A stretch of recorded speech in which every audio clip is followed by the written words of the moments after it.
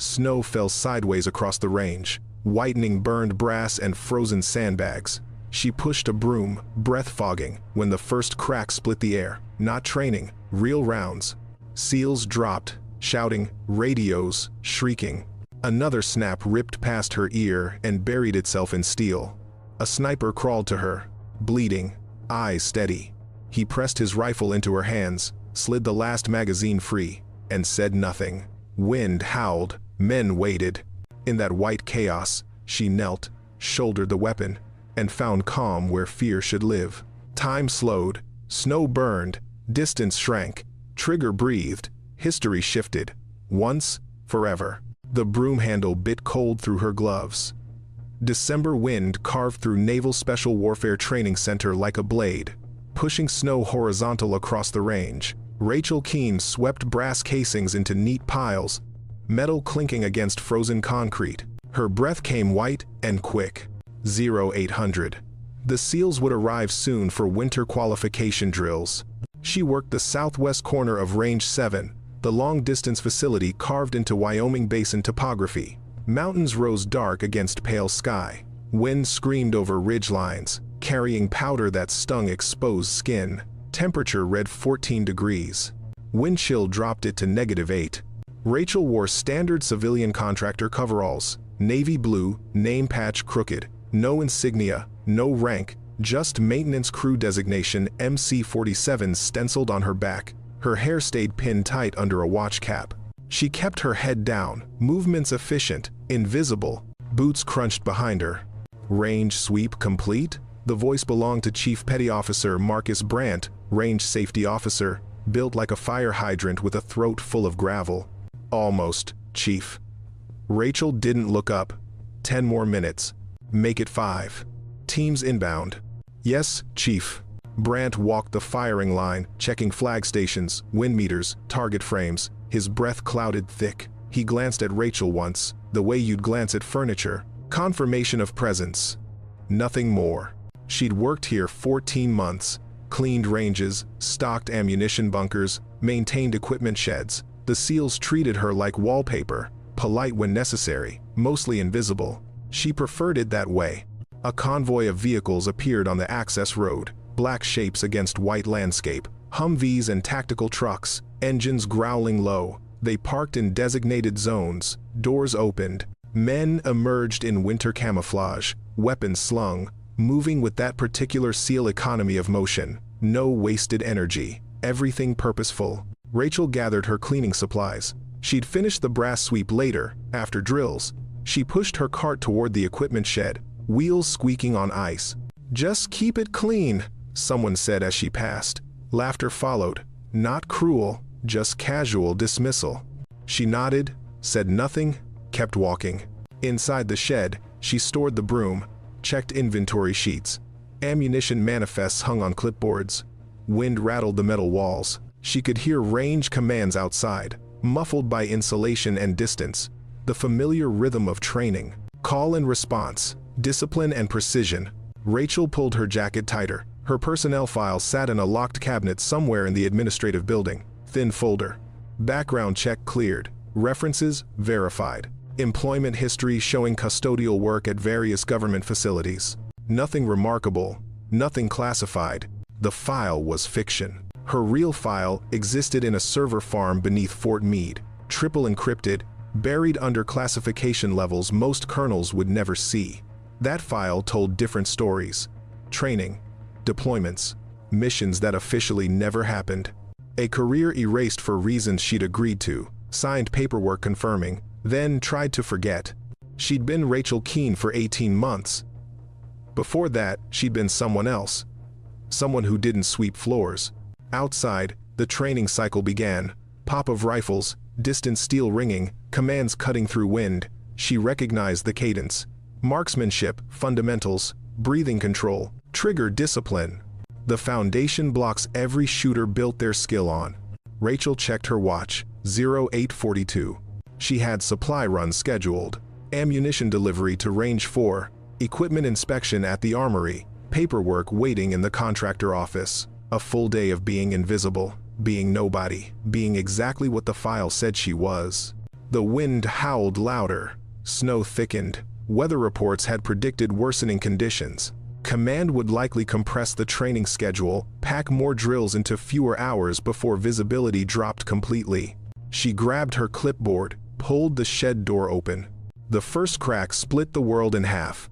Not the clean pop of controlled fire, not the rhythmic percussion of qualification drills. This crack came wrong, pitched different, angled from outside the range perimeter. Rachel's body knew before her brain processed. She dropped flat as the second round punched through the shed's metal wall, exactly where her chest had been. The sound arrived after the impact. Supersonic. Centerfire rifle, big caliber. Shouts erupted across the range, not drill commands, combat calls. Contact, contact, northeast ridge. Get down, live fire. This is not an exercise. Rachel belly crawled to the shed's doorway. Snow blew in, melting on her face. She could see the range, SEALs scrambling for cover, weapons coming up, heads swiveling to identify threat vectors. Chief Brandt screamed into his radio, coordinating response. Another crack, then another. Rounds incoming from multiple positions. The tactical situation crystallized in Rachel's mind with automatic clarity. Attackers held high ground on the ridgeline, maybe 800 meters out. Wind patterns suggested northeast and east-northeast firing positions. Snow reduced visibility, but also concealed movement.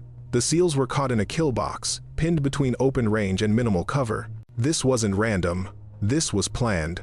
A SEAL near the firing line jerked backward, hit.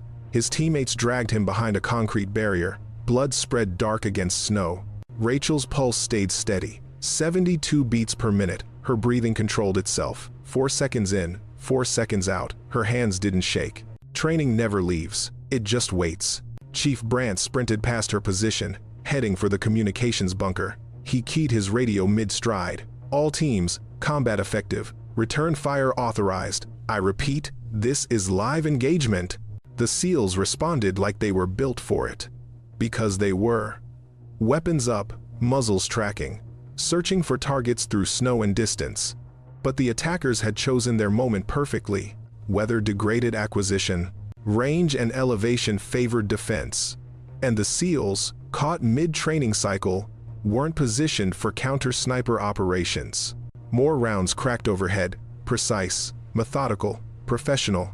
Rachel counted muzzle reports, calculated firing intervals, mapped probable positions. 3 shooters minimum, maybe 4. Suppressed weapons on at least 2, judging by sound signature variation. They were walking fire across the range, keeping the SEALs pinned, preventing organized response.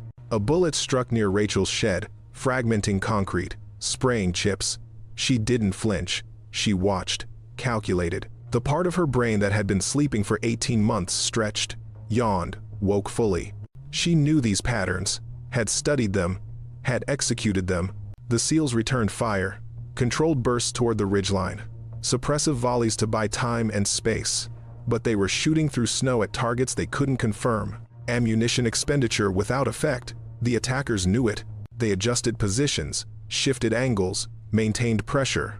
Someone screamed. Another SEAL down. Radio traffic intensified. Quick reaction force mobilizing from main base. Estimated arrival 12 minutes. Medical evacuation requested. Command element establishing tactical operations center. 12 minutes was forever in a firefight. Rachel pulled back deeper into the shed. Her mind worked the geometry. The attackers controlled the northeast quadrant. Their overlapping fields of fire created a zone the SEALs couldn't cross without casualties. Standard suppression doctrine. Pin, isolate, attrit. But there were gaps. There were always gaps. The wind gusted hard, pushing snow in thick sheets. Visibility dropped below 200 meters. The firing paused, both sides waiting for the squall to pass. Temporary stalemate. Rachel closed her eyes, listened. Wind patterns carried sound differently through terrain. She filtered out the human noise, radio chatter, shouted commands. Underneath, she heard the mountain, the way air moved through draws and gullies, the acoustic channels that turned ridge lines into sound corridors. She mapped it all, without moving, without seeing, just hearing and knowing. When the squall passed, the firing resumed. But now, Rachel heard something else, a rhythm. The lead shooter directing fire, coordinating the others, one dominant position, Two subordinate, classic sniper team configuration with security element. She opened her eyes, looked at her hands. They were steady, absolutely steady. 18 months of sweeping floors, 14 months of being invisible, and before that, 3 years of being erased from every record that mattered. The wind screamed, the bullets cracked, men shouted and bled. Rachel stood up.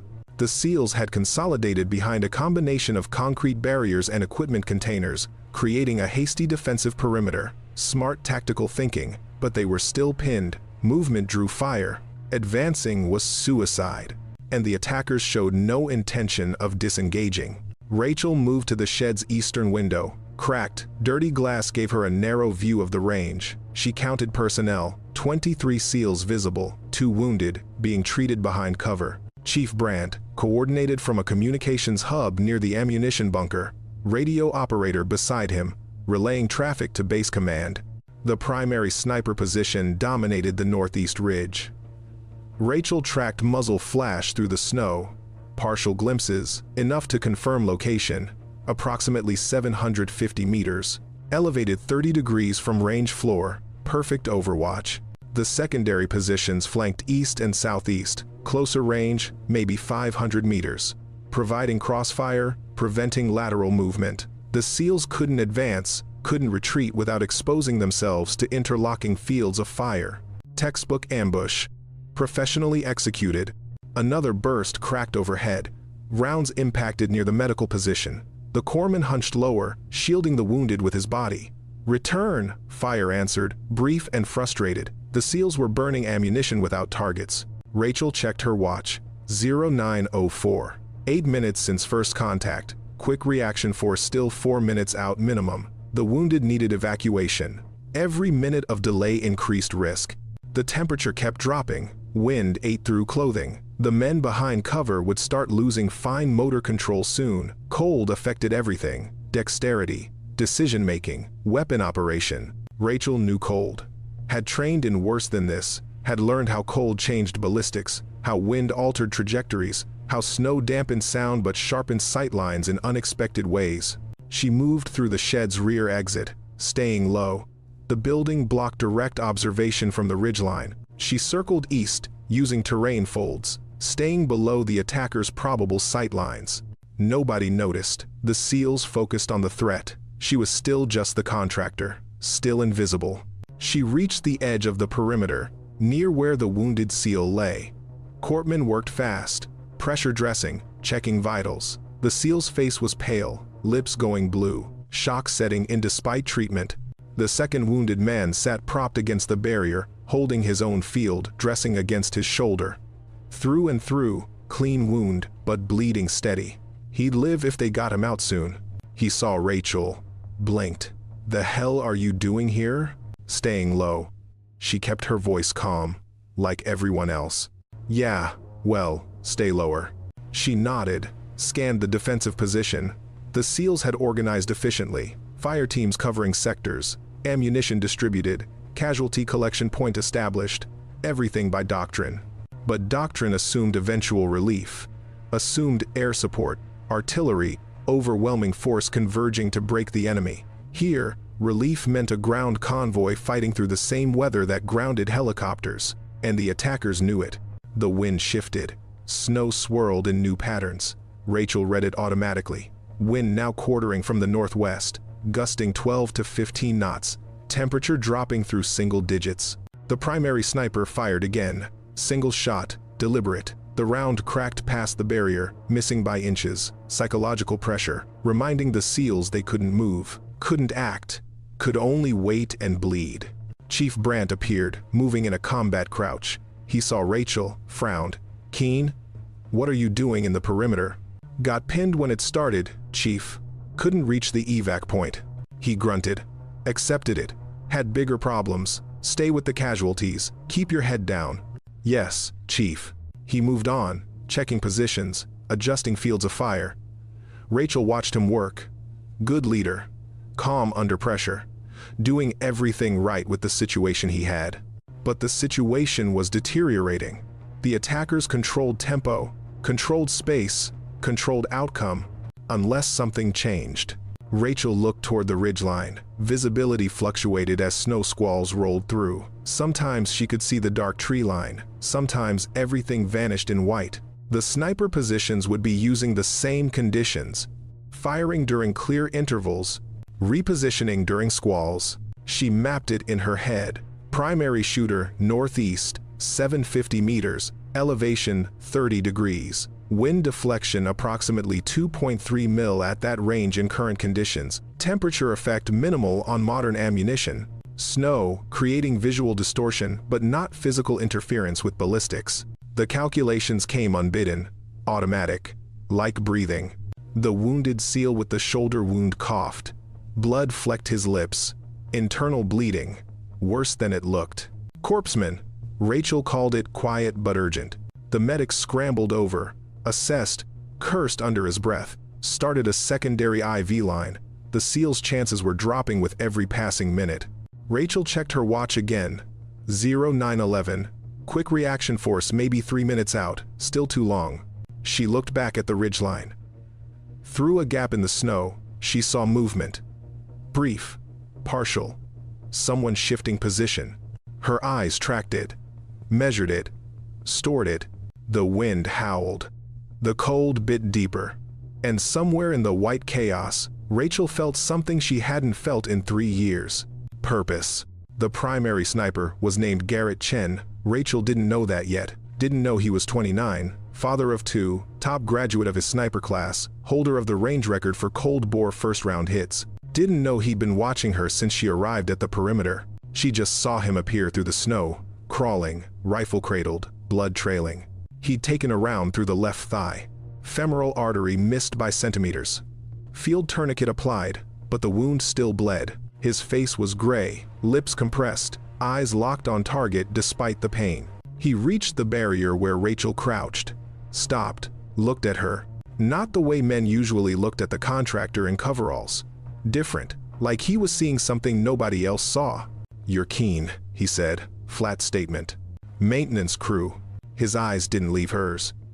"You haven't moved wrong once since this started." Rachel said nothing. "You read the wind when it shifted. Tracked muzzle flash, calculated angles." His voice stayed level despite the pain. "Nobody does that by accident. I should get the corpsman." In a second. Chen shifted, wincing. Drew his rifle forward, custom bolt action. 338 Lapua Magnum, scope built for extreme range. His blood marked the stock. "They're good. Whoever's up there, real good. I can't get an angle. Too exposed. Weather's wrong, and I'm losing too much blood to hold steady. Chen, you need medical attention. I need someone to make this shot." He held the rifle out. "Because in about 90 seconds, they're going to adjust fire and hit the casualty collection point. They've been ranging it. Next squall clears, they'll have the angle." Rachel looked at the weapon. At Chen. At the ridgeline. "I'm maintenance," she said quietly. "You were maintenance." Chen pushed the rifle closer. His hand shook slightly. "Blood loss. Before that, you were something else. I don't know what, don't need to know. But I know you can make this shot. Because you already mapped it. I saw you. You've been tracking every round, calculating every position. You know exactly where they are." The wind gusted. Snow thickened. Rachel's heart rate stayed steady. 72 beats per minute, like it always did before. Chen placed the rifle in her hands. Slid the magazine free. Checked the round count. 4 left. Slapped it back in. Winds quartering northwest. 12 knots gusting 15. Range approximately 740. Elevation 28 degrees accounting for terrain drop. Temperature effect negligible. Snow creating visual displacement. Approximately 0.6 mil at distance. He'd done the same calculations she had. Arrived at the same numbers. "You're assuming I know how to use this," Rachel said. "I'm assuming you know how to use it better than anyone here." Chen's breathing was shallow. Rapid. Shock advancing. "The safety officer saw your file once. The real one. Wouldn't tell me what was in it. Just said if things ever went completely sideways, you were the ace nobody knew we had." Chief Brand appeared. Saw Chen on the ground, saw the rifle in Rachel's hands. "What the hell?" "She's taking the shot," Chen said. "She's a civilian contractor. She's what we need." Chen looked at Brandt. Trust me, Chief, or trust the fact that we're about to lose 2 more men when they shift fire. Brandt stared at Rachel. Processing, calculating risks, time compressing. You know how to shoot? Rachel looked at the rifle. At the ridge. At the men behind cover who would die if nothing changed. 18 months of hiding. 3 years of being erased. Before that, a career built on moments exactly like this. Yes, she said. I know how to shoot. Brandt's jaw worked. Then do it. Chen slumped back. The corpsman moved in, checking vitals, stabilizing. He looked at Rachel once, questions in his eyes, but kept working. The other SEALs watched, silent, waiting. Rachel checked the rifle, cycled the bolt. Smooth action, well maintained. She verified the scope 0, checked the turrets, felt the weight distribution, familiar, like meeting an old friend after years apart. The wind screamed, snow swirled, time dilated. Rachel settled into position. The world narrowed, breathing slowed, heartbeat steadied. And for the first time in 3 years, she stopped pretending to be someone else. The scope picture came clear. Rachel's cheek found the stock's weld point, eye aligned, parallax corrected. The world reduced to a circle of magnified reality framed by darkness. Snow crossed the reticle in horizontal streams. Wind pushed it left to right, steady pressure with periodic gusts. She read the patterns automatically: speed, direction, variance. Her brain converted it to ballistic data without conscious thought. Range, 740 meters. Chen's estimate was accurate within 5 meters. Elevation, 28 degrees down angle from shooter position to target zone. Temperature, 9 degrees, falling. Barometric pressure, dropping with the incoming front. All of it mattered. All of it affected trajectory. Rachel's breathing settled into the rhythm. 4 seconds in through the nose. Hold 2 seconds. 4 seconds out through the mouth. Hold 2 seconds. Repeat. Oxygen saturation optimized. Muscle tremor minimized. Brain function peaked. The SEALs had gone quiet, watching, waiting, wondering who this woman was and how she moved like she'd done this 1,000 times before. Because she had. The reticle drifted across the ridgeline, searching. Snow obscured details, created false shapes, suggested targets that weren't there. Rachel filtered it, ignored the noise, looked for what didn't belong. There. Movement. Partial silhouette, behind a fallen pine. The primary shooter's position. She adjusted the scope. Dialed elevation. Accounted for the down angle, the ballistic arc, the way gravity pulled differently on descending shots. 2.4 mils up. Wind correction, 1.8 mils right. The numbers came from somewhere deep. Not conscious calculation. Pattern recognition built across thousands of repetitions. Muscle memory translated to mathematical certainty. Her finger found the trigger, 2-stage. She took up the slack, found the breakpoint, held there, waiting. A memory surfaced. Training. Years ago, a different range in a different winter. Instructor standing behind her, voice quiet. The shot doesn't happen when you decide. It happens when everything aligns. You don't force it, you allow it. She'd carried those words through 17 confirmed kills across 4 deployments, through missions that never appeared in official records, through the career that ended when political currents shifted and people with her skills became liabilities instead of assets. They'd offered her options: reassignment, desk work, honorable discharge with sealed records. She'd chosen erasure, complete separation, new identity, civilian life, a chance to disappear into normalcy. But some things don't erase. They just wait. The wind dropped, the snow thinned, the target zone cleared. Rachel saw him, the primary shooter, partially concealed, but present, male, 30s, professional positioning, weapon up, scanning, preparing for his next shot. The one Chen said would hit the casualty collection point. Rachel's heart rate dropped to 60. Breathing slowed further. The reticle settled, rock steady. No waver, no tremor. She saw the shooter's exhalation, saw his body settle, saw the micro adjustments as he prepared to fire. Time stretched. Seconds became hours. The wind held. The snow paused. The world inhaled. Rachel's finger pressed. The trigger broke clean. The rifle recoiled. driving back into her shoulder. The scope picture jumped, recovered. Through the reticle, she saw the impact. Center mass. The shooter jerked, weapon dropping, body collapsing. The sound of the shot reached the ridgeline a half-second later. Then echoes. Then silence. Rachel cycled the bolt. Smooth. Automatic. Brass ejected. Fresh, round-chambered. She was already scanning for the secondary positions before her brain registered the hit. Behind her, someone whispered, "Holy shit." Chief Brandt moved beside her. Crouched. Quiet. "Where'd you learn to shoot like that?" "Somewhere else," Rachel said. "A long time ago." "Can you get the others?" "Then do it. Quick reaction force is 2 minutes out. Keep the bastards pinned until then." Rachel shifted position. Found the eastern secondary shooter. Range closer. 520 meters.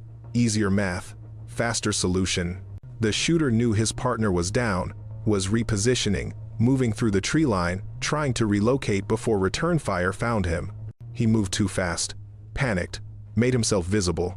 Rachel tracked him, led the movement, calculated intercept point, pressed the trigger. The rifle spoke again. The target dropped. 2 down, 2 more probable, maybe additional security. She worked methodically, scanning sectors, reading terrain, looking for the tells, unnatural shapes, movement against background, heat signature blooms that showed as slight distortions in the scope's cold air. The third shooter fired first. Muzzle flash from the southeast. Round snapped overhead, high and right. Hasty shot, scared shot. Rachel marked the position. Adjusted. Fired. The flash disappeared. No way to confirm the hit through the snow, but the position went silent. The fourth shooter broke. Started running. Rachel saw him through a gap in the trees, sprinting down slope, abandoning position. 730 meters. Moving target, 20-degree down angle, wind gusting 15 knots. She led him. Calculated speed, adjusted for terrain. Squeezed. The rifle cracked. The runner stumbled, fell, didn't get up. Rachel cycled the bolt. 1 round left. She held position, scanning, searching for additional threats. Nothing moved on the ridgeline. The snow fell heavier. Wind picked up. The ambush had collapsed. Behind Rachel, the SEALs were on their feet, weapons up, pushing forward. Organized now, aggressive. The threat was broken, and they were surging to exploit it. Chief Brandt's radio crackled. Range 7, this is quick reaction actual. We're 1 minute out. Situation report. Brandt keyed his mic. Threat neutralized. 4 shooters down. Friendly casualties stable. We're moving to secure the ridgeline. Copy. Medical is right behind us. Rachel safed the rifle. Set it down carefully. Her hands were steady. Her breathing normal. Her heart rate climbing back to resting. 72 beats per minute. Like nothing had happened. Like she'd just swept some brass and gone home. The SEALs moved like water uphill, flowing through terrain, covering each other, weapons tracking. Rachel watched them go. Professional, efficient, beautiful in their violence of action. She stayed with the casualties. Corpsmen worked on Chen, reinforcing the tourniquet, starting blood volume replacement. The sniper's color was improving slightly. He looked at Rachel, tried to speak, couldn't quite manage it. She nodded. He nodded back, understanding without words. The SEAL with the shoulder wound gripped her arm. "Who are you?" "Someone who used to do this," Rachel said quietly. "Used to?" "It's complicated." Medical vehicles appeared on the access road, lights cutting through snow. The quick reaction force had secured a perimeter. Engines idled. Radios chattered. The organized chaos of post-engagement operations. Rachel stood, moved toward the equipment shed. Nobody stopped her. Everyone was focused on securing the site, treating wounded, documenting everything. She slipped through the activity like smoke. Inside the shed, she found her broom, leaned against it, breathing carefully. Adrenaline was starting to fade now, leaving behind the familiar hollow feeling. The aftermath. She'd killed 4 people in approximately 90 seconds, maybe 3. One runner might have survived the fall. She'd find out later, through channels, through reports she'd never officially see. Her hands started to shake, just slightly. Delayed response. Normal. She'd been taught about this. Expected. Don't fight it. Let the body process the stress. The shed door opened. Chief Brandt entered, snow dusting his shoulders. He looked at her for a long moment. "Medical's taking Chen and the others to base hospital," he said. "They'll be fine, because of you." Rachel nodded. "I need you to tell me who you are." "Really are." "I'm Maintenance Crew MC-47, Rachel Keene, civilian contractor." "Bullshit. It's what the file says." Brandt stepped closer. Not threatening, just present. "There's going to be an investigation. Multiple agencies. Those shooters up there were already running their prints, checking gear, tracing weapons. This wasn't random. This was targeted. Someone knew when we'd be on this range, knew our security protocols, knew exactly where to hit us." "I understand, Chief. And during that investigation, people are going to ask questions about a civilian contractor who shoots like you shoot, who moves like you move, who knows things you shouldn't know." Rachel met his eyes. "What do you want me to say?" "I want you to tell me if you were part of this." The question hung in cold air. Rachel felt its weight. The implication, the suspicion that would naturally arise when someone invisible suddenly became very, very visible. "No," she said. Flat. Certain. "I wasn't part of this. I was part of something else, before. But that ended 3 years ago. I've been exactly what I appeared to be since then. Until today." "What were you before?" "Someone like Chen. Someone who took shots that needed to be taken. Someone who did things that don't get recorded." She paused. "Someone who got erased when it became politically convenient." Brandt absorbed this. Outside, vehicle doors slammed. Voices called coordinates. The investigation was beginning. "You saved lives today," Brandt said. "Chen's life. Probably 6 or 7 others. I don't forget that, but I also can't protect you from what's coming. Too many eyes. Too many questions." "I know. Is there anyone you need to call? Anyone who can verify what you're saying?" Rachel considered. Thought about the handlers who'd managed her exit from classified service. Thought about the agreements she'd signed, the NDAs with criminal penalties, the promises she'd made to stay invisible, stay quiet, stay gone. "There's a number," she said finally, "buried in my real file. The one at Fort Meade. Someone there can verify. But calling them means ending this. The quiet life, the anonymity, everything I built here. I think that ended the moment you picked up Chen's rifle." Rachel smiled without humor. "Yeah, probably." Brandt's radio crackled. Someone calling for him. Site security, evidence documentation, chain of command notifications. He keyed the mic, acknowledged, looked back at Rachel. "Stay available. Don't leave the area. I'll try to buy you time, but eventually, someone's going to want to talk. Someone with authority I don't have." "I understand, Chief. Thank you." He left. The door swung shut. Rachel stood alone in the shed, surrounded by cleaning supplies and spare parts, listening to her pulse settle back to baseline. The broom handle was still cold in her hand. She looked at it, thought about the simple comfort of routine work, of being nobody, of sleeping without nightmares about impacts and trajectories and targets that used to be people. That life was over. She'd known it the moment her finger found the trigger. The moment muscle memory took over and training reasserted itself. You can't unring a bell, can't unfire a shot, can't pretend you're something you're not after the truth has been demonstrated at 740 meters with witnesses. Rachel set the broom down, walked to the window, watched the SEALs working the ridgeline, processing the scene, collecting evidence that would tell a story she already knew. Somewhere in the administrative building, her thin fake file sat in a cabinet. Somewhere in Fort Meade, her real file waited behind encryption and access controls. And somewhere between those two versions of Rachel Keene, the truth existed, complicated, classified, inconvenient. She pulled out her phone, found the contact buried in her emergency list, a number she'd never called, never expected to call. The handler who'd managed her transition from classified operator to civilian nobody. Her thumb hovered over the dial button. Not yet. Let the investigation develop. Let the questions accumulate. Then she'd make the call. Then she'd explain. Then she'd deal with whatever consequences followed. The snow kept falling. The wind kept howling. And Rachel Keene stood in a shed full of brooms, waiting for her past to catch up with her present. It wouldn't take long. The range went quiet, not peaceful, just absent of gunfire. The wind still carved, the snow still fell, But the human violence had stopped, leaving behind the peculiar stillness that follows combat. Rachel emerged from the shed an hour later. The SEALs had completed their sweep of the ridgeline. 4 bodies recovered, all male, all equipped with high-end civilian marksman rifles, commercial optics, no identifying marks or documentation. Professional setup. Anonymous funding. The kind of operation that spoke to serious planning and serious money. She walked the perimeter, staying clear of the evidence markers. Yellow flags dotted the snow where spent brass had landed, where blood had pooled, where rounds had impacted. Crime scene investigators from NCIS were inbound. Until then, the SEALs documented everything with cameras and sketch maps. Chief Brandt saw her, waved her over to the command post they'd established inside a Humvee.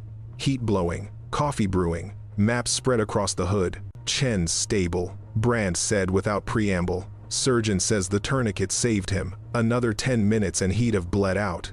Rachel nodded, said nothing. The other wounded are good too. One's already asking when he can return to duty. Brandt smiled grimly. SEALs. Can't keep them down. A lieutenant Rachel didn't recognize approached. Young, late 20s, clean uniform despite the chaos. He looked at her with open curiosity. This is her? Lieutenant Marcus Webb, this is Rachel Keene. Brandt's introduction was careful, neutral. Webb extended his hand. Rachel shook it. His grip was firm, evaluating. Chen told me what you did. Before the morphine kicked in. Said you shot like you'd been doing it your whole life. I had good conditions, Rachel deflected. The wind dropped at the right time. The wind dropped for about 3 seconds. You made 4 hits in 90 seconds, at ranges from 520 to 740. Through weather. At moving and static targets, with a rifle you'd never fired before. Webb's eyes were sharp, analytical. That's not luck, that's mastery. Rachel remained silent. Let him talk. Command wants to know how a civilian contractor has that skill set, Webb continued. They want to know why it's not in your personnel file. They want to know if you represent a security risk. And what do you want to know, Lieutenant? I want to know if you're on our side. Direct. Rachel appreciated that. I've always been. Then why hide it? Why work maintenance when you can shoot like that? Because shooting like that costs things you can't see. And I was tired of paying. Rachel met his eyes. I did my time. I did my job. And when they didn't need me anymore, I found another way to serve. A quieter way. Until today. Webb studied her. Processing. She could see him running scenarios, checking her answers against threat models, trying to determine if she represented danger or asset. Chen vouched for you, Webb said finally. Before medical evased him, said if he had to trust anyone with his rifle, he's glad it was you. That carries weight. Chen's a good man. He's a suspicious man, doesn't trust easily. But he trusted you. Webb glanced at Brandt, then back to Rachel. Command is sending people, investigators, intelligence. They'll ask hard questions. They'll dig into everything. Your background, your training, your reasons for being here. I expected that. Can you give them answers that satisfy? I can give them truth. Whether it satisfies depends on what they want to hear. Webb almost smiled. Fair enough. In the meantime, you're restricted to base. No communication with outside parties without approval. Standard security protocol during active investigation. Understood. And Rachel? Webb's voice softened slightly. Thank you for what you did. Those men would be dead without you. She nodded. Accepted it. What else could she do? Webb left. Brandt poured coffee, handed her a cup. You handled that well. Practice. You've been interrogated before. Debriefed. Different word. Same process. Rachel sipped the coffee. Hot, bitter, terrible, perfect. How long until the intelligence people arrive? Couple hours. Weather's slowing everything down. Brandt lowered his voice. I can't stop them from digging, but I can slow them down. Give you time to prepare. Make calls. Whatever you need to do. Why help me? Because you saved my men. Because Chen trusts you. And because my gut says you're not the threat they'll assume you are. Brandt looked toward the ridgeline. Those shooters up there knew too much. Timing, location, security patterns. That speaks to inside information. Someone leaked. Someone set this up, and that someone sure as shit wasn't the contractor sweeping brass. Rachel followed his gaze. The bodies were being photographed, documented, prepared for transport. Evidence collection in progress. Within hours, fingerprints would be running through databases, weapons would be traced, communications devices would be exploited, and somewhere in that data flow, connections would emerge, patterns, the why behind the attack. "You think this was aimed at someone specific?" Rachel asked. "I think nothing about this was random." Brandt's jaw tightened. The team on the range today included some high-value personnel, instructors, senior operators, people with knowledge that enemies would pay for. Take them out, disrupt training, send a message, multiple objectives in one operation. Ambitious, desperate. You don't attack a SEAL training facility unless you're very confident or very desperate. These guys were professional, but they made mistakes. Set up too close. Didn't account for weather degrading their window. Didn't expect resistance from? He gestured at her, unexpected sources. Rachel smiled slightly. The contractor with the broom. "Yeah, that." Brandt drained his coffee. "Get some rest." "You look like you need it. We've got bunks in the admin building. I'll have someone show you." "I'm fine." "You just killed 4 people. You're not fine. Nobody's fine after that." His voice carried weight of experience. "Take the bunk, get warm, process what happened. Because tomorrow, it gets complicated." He was right. Rachel felt the adrenaline crash building. The shakes would come. The delayed stress response. The body's way of saying you survived something you shouldn't have. "Okay," she said quietly. "Thank you, Chief. Thank me by staying alive long enough to explain all this to people with stars on their shoulders." Rachel walked toward the admin building, escorted by a young SEAL who didn't ask questions. Just pointed out the facilities, showed her the bunk room, made sure she had what she needed. She lay down on a narrow cot, still wearing her coveralls, listening to wind hammer the building, closed her eyes, saw the reticles settling, saw the trigger breaking, saw the impacts. 4 lives ended, dozens of lives saved. The calculus of violence, the mathematics of survival. She'd sworn she was done with this, done with the shooting and the killing, and the endless calculations of who lives and who dies. She'd walked away, built a new life, found peace and simplicity. One afternoon destroyed all of it. Rachel pulled a thin blanket over herself. The exhaustion was coming now, heavy and complete. She'd sleep, then she'd wake, then she'd deal with the consequences. The wind howled.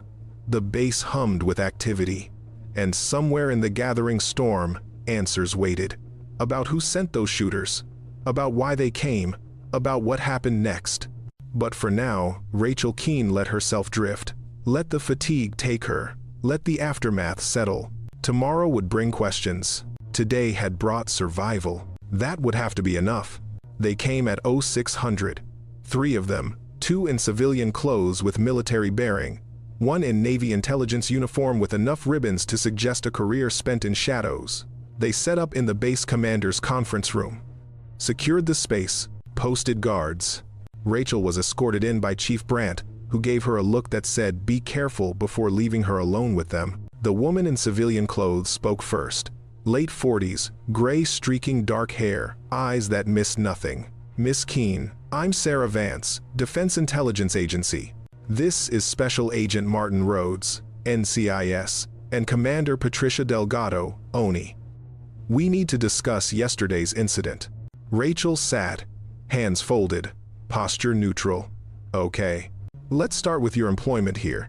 You've been working as maintenance crew for 14 months, correct? Before that, you held similar positions at 3 other government facilities. Custodial work, equipment maintenance, nothing remarkable." "Correct." Vance slid a folder across the table. Thin. Rachel's official file. "This says you're 32 years old, high school graduate, no military service, no specialized training, background check cleared, references verified. Standard civilian contractor." That's what it says. It's also completely fabricated. Vance opened a second folder, much thicker. Classification stamps covered every page. "This file tells a different story. Rachel Keene isn't your real name. You were born Evelyn Rachel Cross. Enlisted Army at 18. Airborne qualified. Ranger assessment. Selected for special operations training at 20. Rachel said nothing. Let them talk. You spent 7 years in a unit that doesn't officially exist, Vance continued.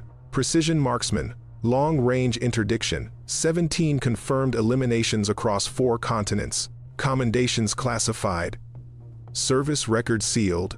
Until 3 years ago, when you voluntarily separated under a national security caveat, I signed paperwork, Rachel said quietly. Non-disclosure, acknowledgement of penalties, agreement to maintain operational security. You also agreed to complete separation from government service, no contact with former units, no resumption of operational activity. You were supposed to disappear into civilian life and stay disappeared. I did.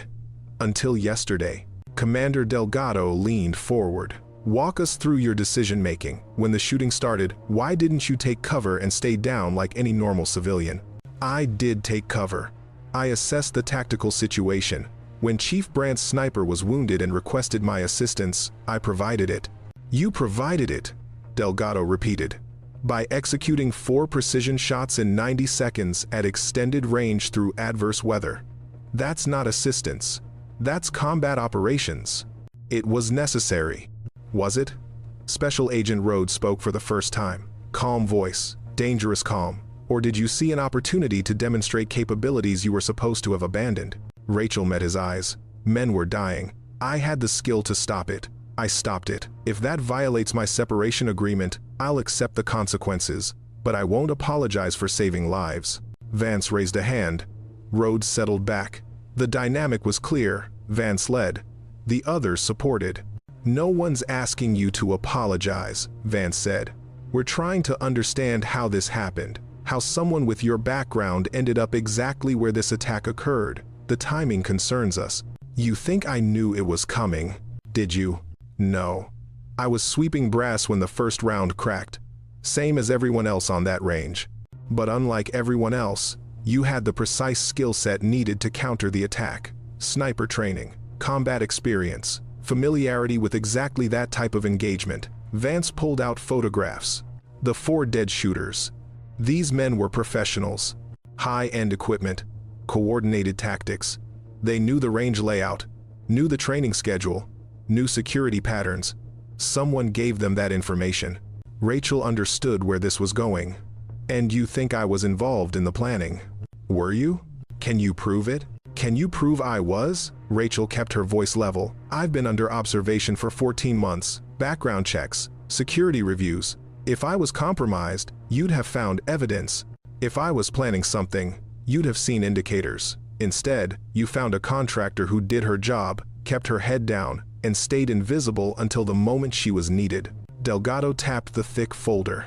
Your psychological evaluation from 3 years ago noted difficulty with civilian transition, feelings of purposelessness, struggle to find meaning outside operational context. Some might say you were looking for a reason to return to that life.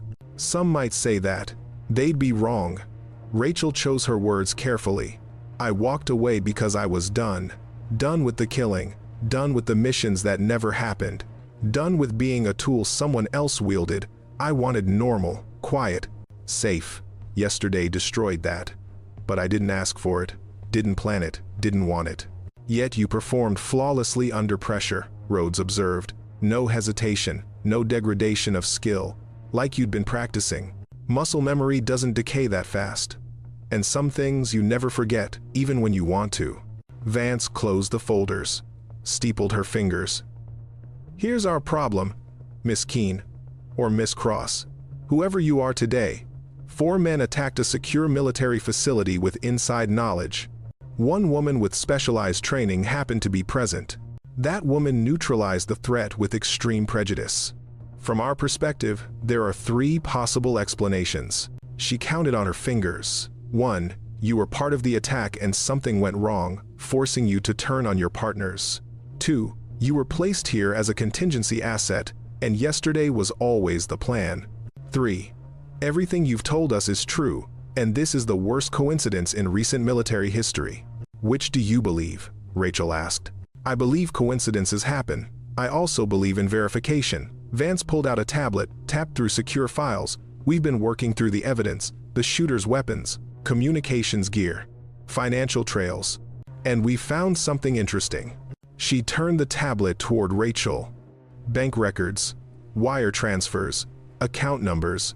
The money that funded this operation came from a front company with ties to foreign intelligence, specifically an adversary who's been very interested in our special operations capabilities. Someone who'd benefit greatly from disrupting SEAL training and eliminating key personnel. Rachel studied the numbers, saw the patterns. You've identified the sponsor. We have. And we've found no connection between you and them. No contact, no payments, no communications. Your finances are clean, your movements tracked. Your behavior consistent with someone genuinely trying to live a quiet civilian life. So I'm clear. Of direct involvement, yes. But we still have questions. Vance retrieved the tablet. Why you? Why were you placed at that specific facility? Who approved your hiring? Who knew your real background? I don't know. The handler who managed my separation arranged the employment, said it was part of the package, government work, secure location, good pay. I didn't question it. We need to speak with that handler. Rachel hesitated. Naming the handler meant breaking another layer of operational security. But they'd find the name eventually. Better to cooperate. James Reeves, Defense Intelligence Agency. He was my case officer during separation processing. Vance and Delgado exchanged looks. Something passed between them. Recognition, concern. James Reeves is dead, Vance said quietly. Killed in a car accident 14 months ago, 2 weeks after you started work here. The temperature in the room dropped. Rachel processed the information. Reeves had been careful, professional, the kind of officer who didn't die in car accidents unless someone made it happen. You think his death is connected to this, Rachel said. We think someone has been playing a very long game, setting pieces in motion, creating conditions, and yesterday might have been the endgame. Vance leaned forward. Here's what we know. Reeves placed you here. Reeves dies. 14 months later, an attack happens that perfectly positions you to either participate or prevent. Either outcome serves a purpose. Either you help kill SEALs, or you prove you still have the skills and can be pulled back into operational life. That's elaborate. That's intelligence work. Long-term planning. Multiple contingencies. Patient execution. Rachel thought about it. About the careful construction of her civilian life. About how easily it had been shattered. About how one afternoon of violence had revealed everything she'd tried to hide. So, what now? She asked. Now we keep investigating. We tear apart every connection, every transaction, every decision that led to yesterday, and we figure out who's really behind this. Vance stood. In the meantime, you're remaining on base. We're moving you to secure housing. No external communication without monitoring. Standard protective custody. Am I under arrest? You're under protection. There's a difference. Vance gathered her files. Someone went to a lot of trouble to put you in that position yesterday. We need to understand why. Until we do, you're safer here than anywhere else. And if I refuse? Then you violate your separation agreement. We revoke your immunity. And you spend the next several years in military detention answering the same questions less politely. Vance's expression softened slightly. I don't think you're a threat, Miss Keene. I think you're a piece on someone else's board. Help us figure out the game, and we'll help you get back to that quiet life you wanted. Rachel nodded. What choice did she have? They escorted her out. Different building this time. Secure wing. Comfortable enough. Armed guards outside. Protection or imprisonment. Probably both. She sat on the bed, looked at the window. Snow still falling. Range, 7 visible in the distance, crime scene tape marking the perimeter. Somewhere out there, someone was watching. Someone who'd planned this. Someone who'd used her. And somewhere inside her, the operator she'd tried to bury was waking up fully. Analyzing, planning, preparing. Because Rachel Keene might be done with the game. But Evelyn Cross never left pieces on the board unresolved. The file that shouldn't exist had been opened. Now she'd see what else was hidden inside. 3 days passed. Rachel stayed in secure housing, watched by guards who were professional enough not to make it feel like imprisonment. She read, exercised, thought. On the 4th day, Chief Brandt visited. He brought coffee and news. "Chen's awake," Brandt said, settling into a chair across from her. "Asking about you. Wants to thank you personally. He doesn't need to. He'd have done the same. Maybe. But he didn't have to. You did." Brandt sipped his coffee. "The investigation's moving. They've identified 2 of the shooters. Former military, both dishonorably discharged. One was Army sniper. The other was Marine reconnaissance. Both had skills. Both had grudges. Both had financial problems. Someone recruited them. Yeah, and they're tracing that someone now. Following money, communications, connections. It's slow work, but they're making progress." He paused. "They cleared you, by the way. Officially. No evidence of collusion. No indication you knew about the attack. You're off the suspect list." Rachel felt tension she hadn't acknowledged releasing. "That's good. It's a start. But it doesn't answer all the questions. Like why James Reeves placed you here. Like whether his death was really an accident. Like what someone was trying to accomplish by putting you in that position. Have you asked me here just to update me, Chief? Or is there something else?" Brandt smiled slightly. "Direct. I appreciate that." He set down his coffee. "Command's been discussing your situation, your skills, your demonstrated capability, and they have a question." "What question?" "If it happens again, would you do it again?" Rachel studied him. "That's not Command's question. That's yours." "Fair. But it's also Command's question. Because here's the reality." Brandt leaned forward. "We train the best operators in the world. SEALs, Special Forces, everyone who goes through advanced marksmanship programs. We spend millions on that training. Years of development. And yesterday, a civilian contractor with a broom outperformed everyone on the range except the man who handed her his rifle. I had good conditions." "Stop deflecting. You had terrible conditions and you made it look easy. That's the kind of capability we need. The kind we're always looking for. The kind that doesn't just walk away." "I did walk away. And I'm asking if you'd walk back." Brandt's expression was serious. Open. Not full military service, not deployments, but consultant work. Training. Helping us develop better programs. Sharing what you know with the people who need to learn it. I signed agreements, non-disclosure, separation. Those can be modified, if you're willing. If Command believes you're an asset worth retaining, rather than a liability worth burying." He waited. "Chen asked me to tell you something, before the morphine took him under completely. He said, some people are built for this. You can't fight what you're built for. You can only choose how to use it." Rachel looked out the window. Snow had stopped. Sky clearing. Range 7 was empty now. Evidence collected. Operations suspended, pending investigation completion. "I spent 7 years doing this," she said quietly. 7 years of missions that never happened. Targets that never existed. Impacts that no one acknowledged. I was good at it, better than most. And it hollowed me out. Left me with nightmares and questions, and a sense that I was just a weapon someone else fired. I understand. Do you? Have you ever killed someone from 800 meters away? Watched them drop through a scope and wondered who they were, what they left behind, whether the intelligence was good enough to justify it? No, Brandt admitted. I haven't. I have. 17 times. 17 faces I can still see when I close my eyes.